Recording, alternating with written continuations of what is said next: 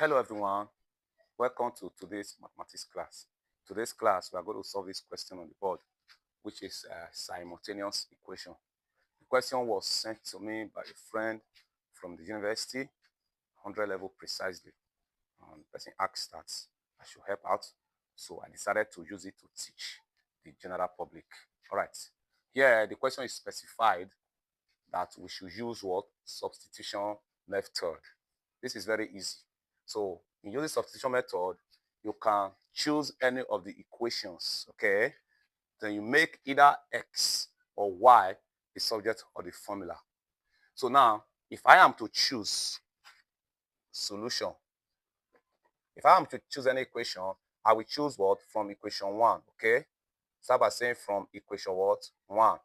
So for those of you in grade 9 precisely, grade 9, this captures your scheme. Grade 9, grade 10, grade 11. So as the case may be, so please calm down and watch the steps as I dissolve this question. Now, I want to look at this equation 1. I'm going to have 5x minus y equal to what? 13.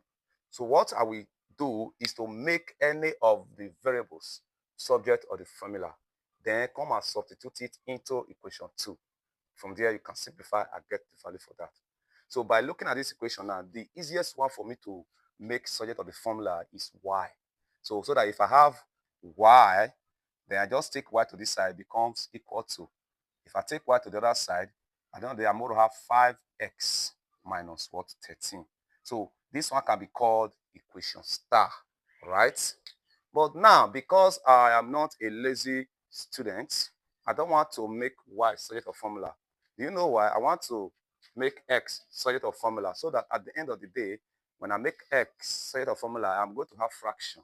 And this is where many students are stuck because they are always afraid of evaluating fractions or putting it into an expression or an equation. So which is why I am going to ignore this, then make x set of formulas and let me use it to solve so that the learner there in class can learn. Okay, now we have here, let's make x set of formula. So let me clean this now, right? So I want to make a set of formula. I'm going to have my 5x equal to, take y to this other side, become 13 plus y. So I am looking for x. I'm going to say x equal to what? 13 plus y all over what? 5. Because I'm going to divide both sides by 5 to eliminate this 5, take it away. Good. So this one can be called equation star, or you can call it what? Equation 3. So now let us move on to the next side. So the next step we are going to take now is to come and plug in 13 plus y over 5 into equation 2. So we are going to say substitute for x in equation 2. Good. What is that equation 2? This is equation 2. 2x plus 4y equal to what? 13. Good. So wherever we see x, we are going to replace it with this, which means I am having 2x here. You are going to have 2. Here is what? 13 plus y over what? 5. Good.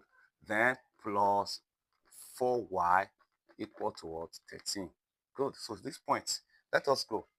So if you know, this 2 here is a numerator. It will multiply the numerator of the fraction inside because this 2 is multiplying everything there. So it's going to give me 2 brackets 13 plus y, then all over what? 5 plus 4y equal to what? 13. Good.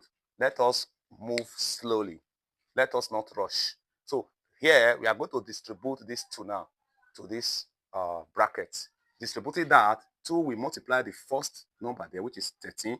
13 times 2 is what? 26. Plus 2 multiplying this y gives you what? 2y. Then all over this 5. Good. Plus 4y equal to what? 13. Good. Now we are having a fractional equation.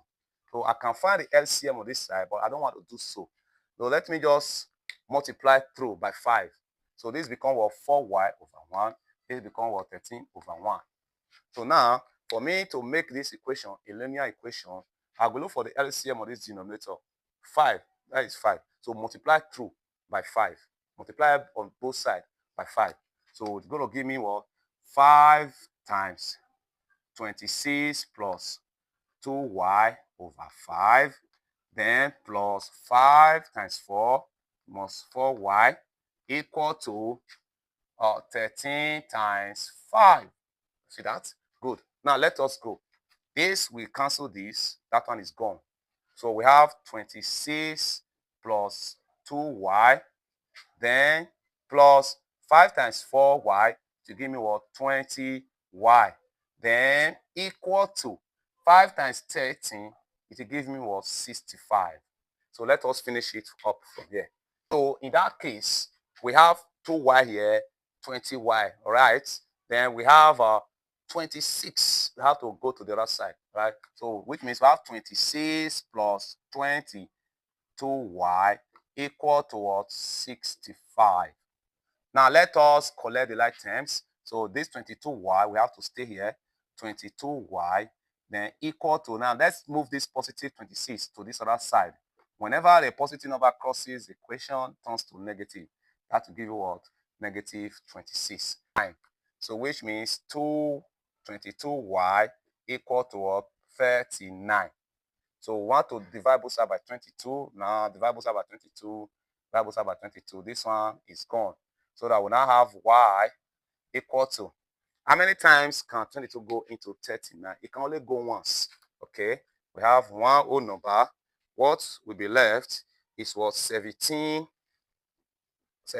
over what? 22. So this one is for y. Now let us go into any of the equation. Look at x.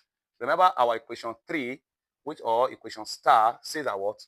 X. We are going to plug in this value now. Substitute for y into equation star. Remember, when I made x subject of formula, I called it equation star. So x equal to 13 plus y all over what? 5. Now let us substitute those values now. Y is what? 1 whole number 17 over 22 or 39 over 22. Let's just put it here. So that we now have x equal to what? 13 plus 39 over 22. This can also be seen as 1 over 1, then over what? 5. Since this, let's look. Since this 5 here is dividing this, I can rewrite this one to become x equal to 1 over 5. Then multiplying, have 13 plus 39 over what? 22. So let's also make this one like a fraction. Okay. So this 5 here is 1. Just multiply it. It's already a denominator to the whole of this. The whole of this. So now, what's the LCM? The LCM here is also 22. Good. Now, we're going to have 1 over 5 equal to, the LCM there is what? 22. Now, 1 goes into 22 is what? 22. Then 22 multiplying 13. What will it give to you? 22 multiplied 13 is going to give us what? 286. 286. Then plus, then this one goes into this is 1. 1 times 39 is 39. So let us add it up. Remember, we see multiplying by 1 over 5. Okay. Look at the 1 over 5 here. 1 over 5 is not equal to 1 over 5 is here. Then x equal to this. If I this one plus this is 325, which means x equal to what? 1 over 5 times 325 all over what? 22.